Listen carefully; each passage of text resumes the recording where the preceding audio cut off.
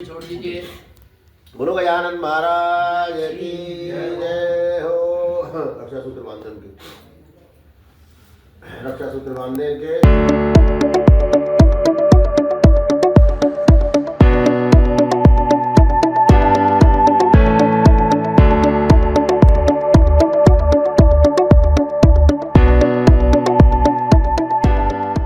मंदिर में गए थे, वहाँ पर हवन वगैरह किया हमने।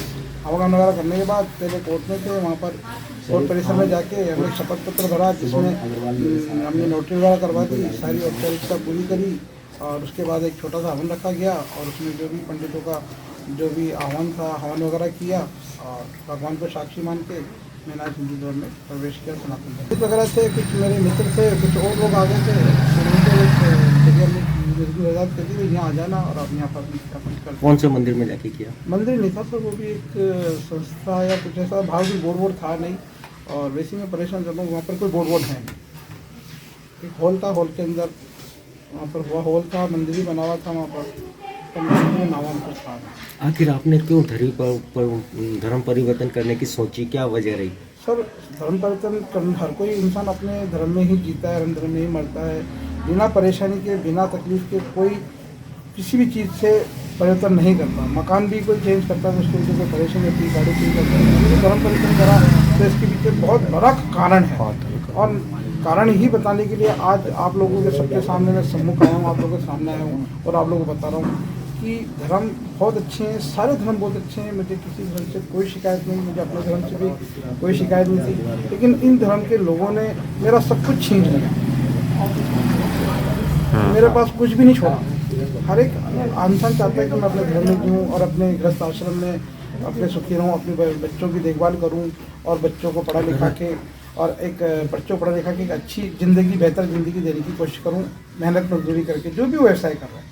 मैंने भी ऐसे ही किया। लेकिन अगर आपके पड़ोस में कोई शैतान आदमी रह रहा है जो आपको पत्नी के ऊपर आपको गलत धारणा है, गलत सोच, गलत निगाह रखता है और उसने लालच देकर या जो भी करके पत्नी का वशीकरण कर लिया और गंदे गंदे कृत्य कर रहा है, बाहर बुलारा कर रहा है। अब आदमी, कोई भी आदमी सुबह से लेकर शाम तक बाहर ही रहता है, रात तक, कोई 1 दिन, कोई 4 दिन, कोई 6-6 महीने। और हम सुबह शाम तो हम जाते ही हैं बाहर काम करने के लिए।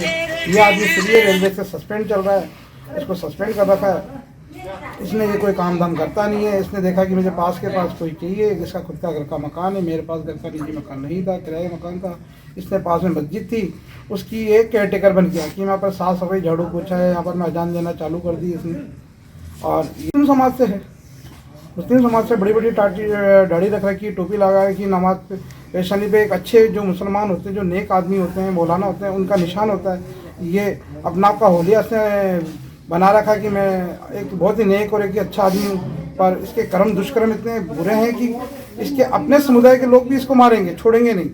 कि ये अपने आप को मुस्लिम समाज का क्या बताता है? ये बोलता है मैं मुस्लिम समाज से हूँ। और आने वाले जो भी मौलाना उस मस्जिद में अजान देते हैं, मुझे कहता था कि इनको हटा के इस मस्जिद की सारी बागडोर मैं अपने हाथ में लूँगा, मैं मौलानागिरी करूँगा यहाँ पर। अभी तो मेरी धीरे धीरे मैंने चालू हुआ है, अजान देना चालू हुआ है। अभी 5 टाइम का अजान देता है, ये नमाज भी वहीं पढ़ता है, पढ़ाता है। और रोज़े पे जब रोज़े का टाइम आता, महीना आता है, तो लोगों को उठाना, शहरी के लिए बोलना और अफ्तार के लिए बोलना, ये सारे काम। और बड़ी दाढ़ी टोपी रख के अपना आपको ऐसा प्रतीत करता है कि इससे बड़ा नेक आदमी कोई है ही नहीं। लेकिन ऐसे कृत्य किया इसने, मेरी पत्नी को बहका के, बेला फुसला के और ना जाने क्या वशीकरण करा कि वो इसके साथ होली। और बाहर इनकी मीटिंगें चल रही है, इनके सबूत मेरे साथ पास आए। उसको देख के मैं बड़ा मेरा तो सब कुछ ही मानसिकता से बिल्कुल परेशान हो गया। और फिर धीरे धीरे इसने पुत्री को भी वशीकरण कर रखा था। इस बीच में लॉकडाउन लगा, लॉकडाउन में मैंने कोई काम नहीं मिला तो मैंने HMT फैक्ट्री जो ब्यावर रोड स्थित है, यहाँ पर सिक्योरिटी की नौकरी करता था। 16-16 घंटे में ड्यूटी कर रहा हूँ। एक आदमी से परेशान होकर आपने धर्म परिवर्तन करने की कैसे सोची? एक आदमी नहीं है सर, इसके अंदर पत्नी है, पुत्री है और मेरे ससुराल के पक्ष के लोग हैं, मेरे पड़ोसी हैं, मेरे परिवार वाले भी हैं जो इन्वॉल्व है इसके अंदर। वकील है, वो भी मुसलमान है। इन सब लोगों ने, सारे मुसलमानों ने मिलकर मुझे घेर लिया। मैं अकेला हूँ। मैंने अपनी स्वयं की इच्छा से शादी करी थी, जिसे आप लव मैरिज कह सकते हैं, लव टू अरेंज, जो समाज की थी, मुसलमान समुदाय की थी। तो परिवार ने तो वैसे ही मेरा साथ छोड़ रखा है। आज सालों से मैं अलग रह रहा हूँ, किराए के मकान में रह रहा हूँ। मेरे अचल अचल संपत्ति से मुझे देखभाल कर दिया, फिर भी मैंने कोई ऑब्जेक्शन नहीं उठाया और मैं अपना जीवन यापन कर रहा हूँ। अपने पुत्री और बच्चों को और अपने तरीके से किराए के मार्ग में रह ही रहा था। और अब आज किस भी तरह से रह रहना चाहते हैं आप? जी, अब किस तरह से रहना चाहेंगे? धर्म परिवर्तन कर लिया है। अब जब धर्म पड़ेगा तो धर्म के अनुसार ही रहूँगा ना सर। जिस धर्म में है उसी धर्म में रहूँगा, पूजा पाठ भी करेंगे। और पहले भी भगवान की राह पर सत्य की मार्ग पे चल रहे थे, अभी भी सत्य की मार्ग पे, और अभी सत्य ही बोल रहा हूँ कि इनकी जांच कराई जाए। और ये दोषी लोग हैं जिसने सीधे राह चलते आदमी को एकदम धर्म परिवर्तन करने पर इन लोगों ने मजबूर कर दिया मुझे। मैंने अपने लिए, इन्होंने मजबूर करा मेरे साथ, छल करा, कपट करा, और चोरी और सीना चोरी और के करना जो कर ले, क्या कर लेगा। तो आपत्ति क्या आपत्ति सर? घर तो मेरा टूटा है, घर मेरा टूटा, पत्नी पुत्री मेरी छिनी है, मेरा बच्चा अपनी माँ से दूर, अपनी पत्नी अपनी माँ से दूर, अपनी बहन बिछड़ी उससे, मेरे से मेरा उनका क्या गया? वो बात इतने साल हो गए, उसके बाद भी मस्जिद वालों को सब कुछ पता है, फिर भी उसको अजान देने की परमिशन दे रखी है, मस्जिद की देख रेख कर रखी है। अगर सारे ही लोग ऐसे दुष्कर्मियों को पवित्र स्थलों पर आने की इजाज़त देंगे और पवित्र ऐसे लोग संभालेंगे तो फिर वो जगह पवित्र कहाँ रही? कौन सी मस्जिद को संभालता है? कहाँ है ये मस्जिद? ये खानपुरा में है, खानपुरा के अंदर आज़ाद नगर के अंदर मस्जिद है। किस नाम से? उस ये मस्जिद का नाम मैं भूल गया हूँ, लेकिन वहाँ पर सारे माला वाले लोग रहते हैं, और ये भी माला वाला ही है। माले का व्यवसाय है, रेशम की माला बनाते हैं ये लोग। क्या नाम है इसका?